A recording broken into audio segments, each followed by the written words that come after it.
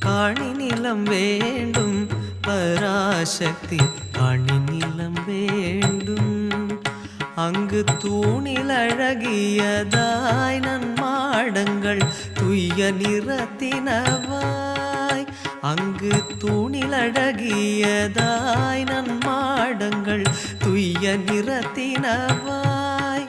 அந்த காணி நிலத்திடையே ஒரு மாளிகை கட்டி